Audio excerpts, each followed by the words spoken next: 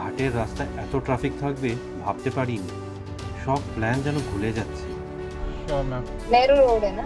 हाँ बहुत narrow road है কিন্তু मैम, इसीलिए কষ্ট করলেই কেষ্ট মেলে। এই শুরু হলো গোয়ার আসল ভাইব। ন্যারো রাস্তা আর ঠিক সামনেই আমাদের রিসর্ট।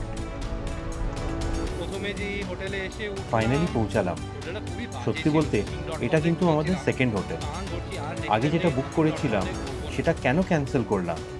চলুন ব্যাঙ্গালোর থেকে জার্নিটা শুরু করা যাক।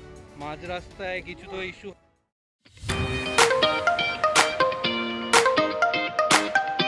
18ই মার্চ সকাল 6টা আর আমরা অলরেডি রাস্তায়।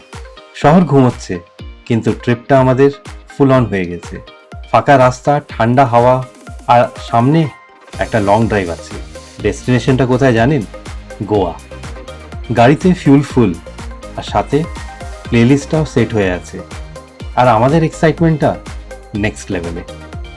না কোনো ট্রাফিক, না কোনো স্ট্রেস, শুধু স্পিড, ভাইব আর আমরা। এই হলো রোড ট্রিপের আসল মজা। আজ থেকে শুরু হচ্ছে আমাদের একটা নতুন জার্নি, যেটা শুধু লোকেশন চেঞ্জ না, এটা হলো ফুল রিসেট। ড্রাইভার আমি, ও প্যাসেঞ্জার ওয়াইফ, আর ব্যাক সিটে ছোট boss. Full control. Plan set আছে, বাট কতটা ফলো হবে সেটা জানি না। বাট মজা 100% গ্যারেন্টিড। তো আর কি দেরি কিসের জন্য? সিট বেল্ট লাগান, স্ক্রিনের সামনে বসে পড়ুন, কারণ এই গোয়া ট্রিপটা একদম সিনেম্যাটিক হতে চলেছে। নমস্কার, আজ হচ্ছে 18ই মার্চ 2026, সময় হচ্ছে সকাল 9:30। আকাশে হালকা মেঘ, একটু আবহাওয়া ঠান্ডা, কাল রাতে বৃষ্টি হয়েছে।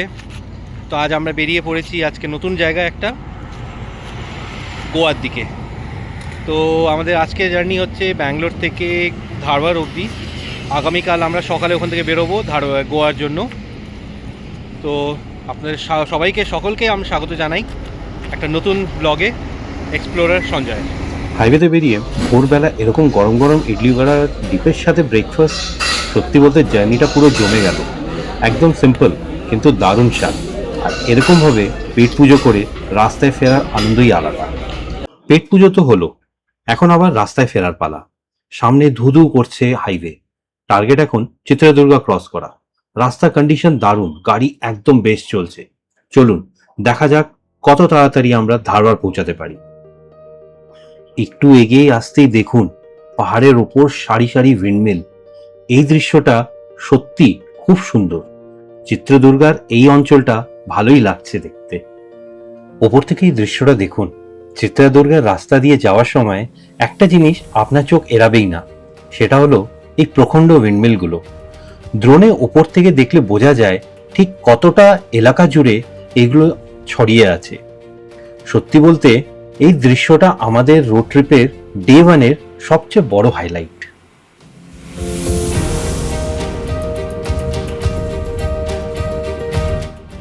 এই চিত্রদুর্গার উইন্ডমিল প্রজেক্টটা ইন্ডিয়ার মধ্যে সবচেয়ে বড় গ্রিন এনার্জি প্রজেক্টগুলোর মধ্যে একটা।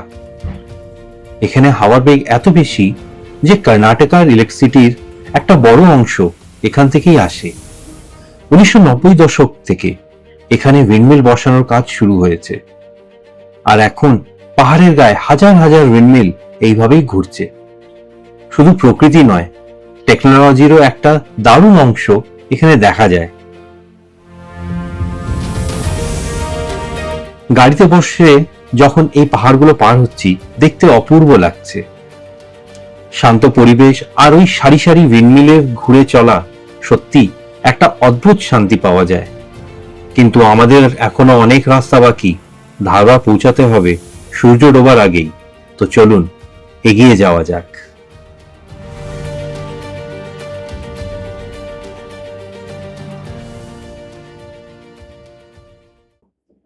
উইন্ডমিল পেরিয়ে এখন আমরা হুগলি ধারওয়াড় হাইওয়েতে। কিন্তু এখানে রাস্তার অবস্থা একটু অন্যরকম। হাইওয়ে 2 লেন থেকে 4 লেনের কাজ চলছে, তাই এখন সিঙ্গেল লেন। অনেক সাবধানে গাড়ি চালাতে হচ্ছে, কারণ সামনের থেকে বড় বড় ট্রাক আর বাস আসছে। তাই বাই রোড এখন যদি আপনারা আসেন, দেন ধারওয়াড় পৌঁছানোর আগে এই স্ট্রেচটা একটু সাবধানে ক্রস করবেন।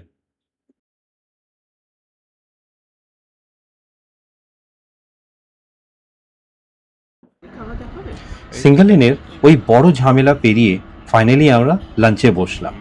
গরম গরম ফ্রাইড রাইস আর চিকেন গ্রেভি একদম স্বাদে ভরা।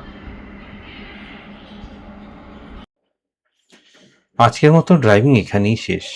এরপর আমরা হোটেলে চেক ইন করলাম, কারণ সারাদিনের ক্লান্তির পর এখন শুধু ঘুম আর বিশ্রাম। নমস্কার, আজ 19শে মার্চ 2026। এখন আমরা আছি ধারওয়াড়ে। গতকাল এসেছিলাম ব্যাঙ্গালোর থেকে ধারওয়াড়। আজ এখান থেকে কিছুক্ষণ পরে বেরিয়ে যাব আমরা গোয়ার দিকে। আজকে দারুণ একটা সকাল। গতকাল রাতে বৃষ্টি হয়েছে, তাও আবহাওয়া একটু হালকা ঠান্ডা ঠান্ডা। খুব ভালো লাগছে আজকে এই জায়গাটায়। আমরা এখানে ধারওয়াড়ে এসে থেমেছিলাম হোটেল ধারওয়াটা। সেরকম না, ওকে ওকে ট্রানজিট হোটেলের মতন বলতে পারো, বাট সেরকম না, মানে অত কিছু নেই, লাক্সারি নেই। 1200 টাকার মতো নিয়েছে with breakfast. Okay transit hotel. আমরা আছি রোড সাইডের কাছে, হাইওয়ে এখান থেকে হার্ডলি আপনার 2.5 কিলোমিটার বা 3 কিলোমিটার মধ্যে আমি হাইওয়ে টাচ করে যাবো আবার। তো কিছুক্ষণ পরে এখন ব্রেকফাস্ট হয়ে গেছে। কিছুক্ষণ পরে এখান থেকে বেরিয়ে আমরা স্টার্ট করবো নিজের গোয়ার জার্নি। আবার এখান থেকে গোয়া হচ্ছে আপনার 200 কিলোমিটার, সময় লাগবে 4-4.5 ঘন্টা মতন। ঠিক আছে, তো চলুন এবার আগাই আমরা এখান থেকে। আরও সময় হচ্ছে এখন 10:30। এই আধা ঘন্টা হলো আমরা বেরিয়েছি হোটেল থেকে। আর আধা ঘন্টা ডিস্টেন্সে এখানে দেখুন কী আছে, ধারওয়াড় বিগ মিশ্রা পেড়া। ধারওয়াড়ের ফেমাস হচ্ছে এখানকার পেড়া, খুবই সফট তুলতুলে হয়। ওটারই এখানে ফ্যাক্টরি আউটলেট। তো এখান থেকে কিছু একটু ধারওয়াড় পেড়া নিয়ে নিই, ওরপরে যাবো। দেখুন দাদা আপনারা, আশেপাশে পুরো আম বাগান। অনেক গাছে দেখলাম প্রচুর আম হয়েছে। রাস্তাটা সরু, এদিক থেকে আমরা আসলাম এখন, আর এদিকে যাব। এখনো প্রায় আরও আপনার 160 কিলোমিটার মতন হবে।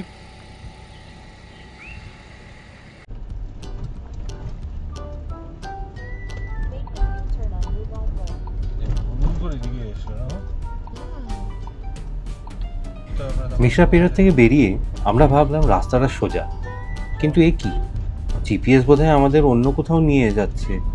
আমরা এখন একদম গ্রামের ভেতরে, রাস্তা খুব সরু, বুঝতেই পারছি না আসলে হাইওয়েটা কোথায়। মনে হচ্ছে আমরা রাস্তা হারিয়ে ফেলেছি। এরকমভাবে তো চলবে না, কাউকে জিজ্ঞেস করে নেওয়া ভালো। हाईवे किस तरफ है? यहाँ सीधा गोवा रास्ता इस तरफ ही है सर?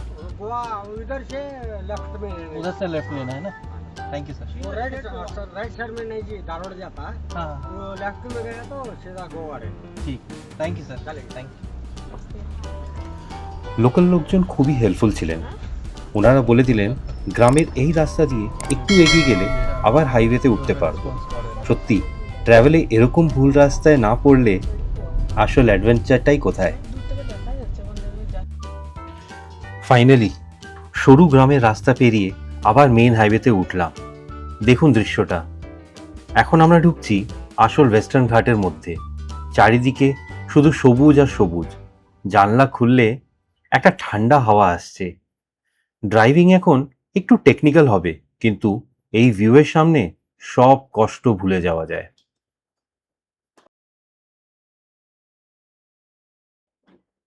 হাইওয়েতে ফেরার পর এই তাওড়াগাটি রেলওয়ে ক্রসিং পর্যন্ত রাস্তাটা কিন্তু দারুণ, একদম মাখনের মতন স্মুথ ছিল। গাড়ি চালাতে সত্যিই খুব ভালো লাগছিল, মনে হচ্ছিল খুব তাড়াতাড়ি পৌঁছে যাব। কিন্তু রামনগরার সার্কেলের দিকে যতই এগোচ্ছি রাস্তার অবস্থা একটু পরিবর্তন হচ্ছে। এখন রাস্তা বেশ প্যাচি আর আনইভেন। স্পিড একটু কমাতে হলো, কারণ এখানে বেশ ঝাটকা লাগছে। পাহাড়ি রাস্তার আগে এই স্ট্রেচটা একটু ধীরে পার করাই ভালো। রামনগরা সার্কেল পেরোনোর পর রাস্তাটা কিন্তু একদম আনবিলিভেবল। অনমোদ ঘাটের ঠিক আগে এই স্ট্রেচটা এত স্মুথ আর সুন্দর যে গাড়ি চালাতে সত্যি খুশি লাগছে। চারিদিকে সবুজ বন আর সামনে পরিষ্কার রাস্তা, মনে হচ্ছে যেন কোনো ফরেন কান্ট্রিতে গাড়ি চালাচ্ছি। ঘাট রোডে ঢোকার ঠিক আগেই এখানে একটা চেকপোস্ট আছে। এখানে প্রত্যেক গাড়ির জন্য 20 টাকা চার্জ নেওয়া হয়। আগে এখানে ক্যাশ নিত, এখন আপনার ফাস্ট্যাগ থেকে অটো কাট করে নেয়। এই পুরো ঘাট রোডটা প্রায় 20 কিলোমিটার, আর এটা পার করতে আপনার 30 মিনিটের মতন লাগবে। চেকপোস্ট পেরিয়ে শুরু হলো আসল দৃশ্য। ওপর থেকে দেখুন এই পাহাড় আর সবুজের সারি, মনে হচ্ছে যেন প্রকৃতির কোলে হারিয়ে যাচ্ছি। এই রাস্তাটা কিন্তু আনবিলিভেবল স্মুথ। রাস্তার কোয়ালিটি আগের থেকে একদম পাল্টে গেছে। ইঞ্জিনের পাওয়ার আর স্টিয়ারিং এর গ্রিপ, এখানেই হচ্ছে ড্রাইভিং এর আসল মজাটা। কিন্তু কপালটা ভালো না, ওপর থেকে দেখলে বোঝা যায় রাস্তাটা কত ন্যারো। এই সবুজের মাঝখানে ধুধু করে গাড়ির লাইন। আমোদঘাটের রাস্তায় একটা ট্রাকের ঝামেলায় পুরো রাস্তা ব্লক। ঘড়ির কাঁটা চলছে কিন্তু গাড়ি থামা। শুরুতে যেটা দেখিয়েছিলাম সেটা ঠিক এখানেই শুরু হলো।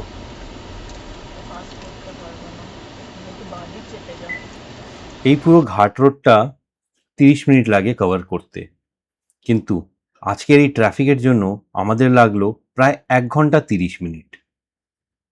এটাই হলো পাহাড়ি রাস্তার আনপ্রেডিক্টেবিলিটি। ফাইনালি ট্রাফিক ভেদ করে আমরা এগিয়ে চলেছি। ওয়েস্টার্ন ঘাটের এই সবুজকে বিদায় জানিয়ে এবার আমাদের প্রবেশ আসল গোয়া ভাইবে। চলুন, গোয়াতে স্বাগতম।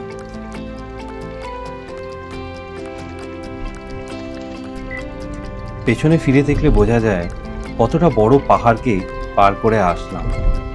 রিয়ার ড্যাশ ক্যামে এই পাহাড়ের এই ভিউটা সত্যি দারুণ লাগছে। এবার কিন্তু পাহাড়কে বিদায় জানানোর সময় হয়ে গেছে। ফাইনালি আমরা এখন গোয়ার অটল সেতুতে।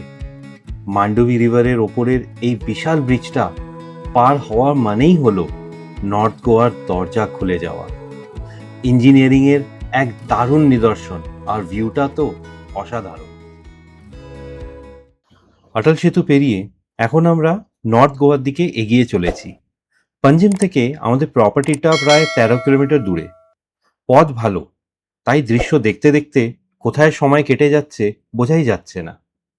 আমাদের আজকের ডেস্টিনেশন এখান থেকে প্রায় 30 থেকে 40 মিনিটের পথ। ফাইনালি সময় লাগলো, কিন্তু আমরা পৌঁছে গেলাম আমাদের প্রপার্টিতে। দেখতে তো ভালোই লাগছিল, রুমে ঢুকেই বুঝলাম বড় ভুল হয়ে গেছে। যেটা এক্সপেক্ট করেছিলাম তার 10%ও এখানে নেই। মেনটেনেন্স থেকে হাইজিন সবই খুব খারাপ। আমরা এক মুহূর্ত দেরি না করে চেক আউট করার সিদ্ধান্ত নিলাম। গোয়ার প্রথম দিনটা এইভাবে নষ্ট হতে দেওয়া যায় না। লাগেজ আবার গাড়িতে তুললাম। এবার মিশন হলো একটা ভালো দেখে ঠিকানা খোঁজা। সন্দেহ হয়ে এসেছিল, কিন্তু আমাদের লাক ভালো ছিল। ফোনে অন্য একটা প্রপার্টি খুঁজে পেলাম।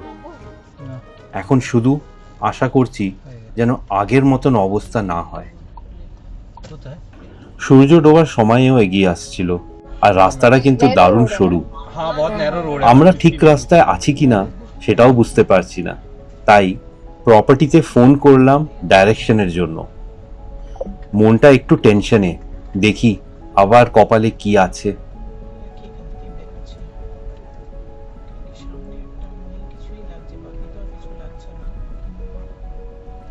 কোমরে হাত দিয়ে সাইডে যাও। ফাইনালি শান্তি। দেখতে পাচ্ছেন আমাদের সামনে আসল গোয়া। আমরা পৌঁছে গেছি আমাদের সেকেন্ড প্রপার্টিতে। প্রথম প্রপার্টিটা ছেড়ে কেন আসলাম সেটা এবার বলি। আধা ঘন্টা হলো পৌঁছেছি, আধা ঘন্টা 45 মিনিট হলো আমরা এখানে পৌঁছেছি। প্রথমে যে হোটেলে এসে উঠলাম, হোটেলটা খুবই বাজে ছিল। booking.com থেকে করেছিলাম, কান ধরছি আর নেক্সট টাইম থেকে booking.com থেকে করব না। আর তার উপরে আসার রাস্তা ছিল 4 ঘন্টার। মাঝ রাস্তায় কিছু তো ইস্যু হয়েছিল, একটু ঘাট রোড তো সব গাড়ি আটকে আটকে এসছে, মানে লাইন লেগেছে, ট্রাফিক। ওখানেই প্রায় 1.5 ঘন্টা খেলো। ওর পরে এখানে আসার পর হোটেলটা পছন্দ না, হোটেলে ঢুকে চেঞ্জও করিনি। চেঞ্জ না করে আমরা আবার একটা হোটেল খুঁজলাম। এখন একটা হোটেলে এসেছি, লিলিউড। আমার পেছনে যে হোটেলটা দেখছেন এটাই, ওটা ছিল সি ভিউ, মানে রাস্তার ওপরে, এটা সি ফ্রন্ট, বেরিয়েই সি বিচ একবারে। দেখুন আমার পেছনে সানসেটের সময় হয়েছে, এখন বেরিয়েছি এখানে। দেখি এবার, তো আমরা এখন যেখানে আছি সেটা হচ্ছে Calangute beach, sea front view resort পেয়েছি হোটেল। টানা এদিকে গেলেই আপনার বাগা কালাঙ্গট একটা স্ট্রেচেই পড়ে পুরো। বলো। আর এখানে অরেঞ্জ সানসেট হচ্ছে, আর কি সুন্দর লাগছে, আর খুব বিউটিফুল। এক্স্যাক্টলি, এই অরেঞ্জ সানসেটের জন্যই গোয়াতে আসা।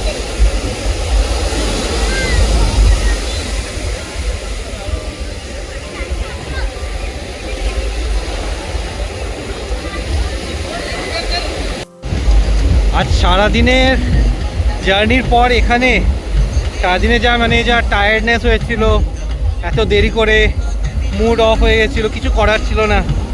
এখানে এসে মনটা একদম ভালো হয়ে গেল।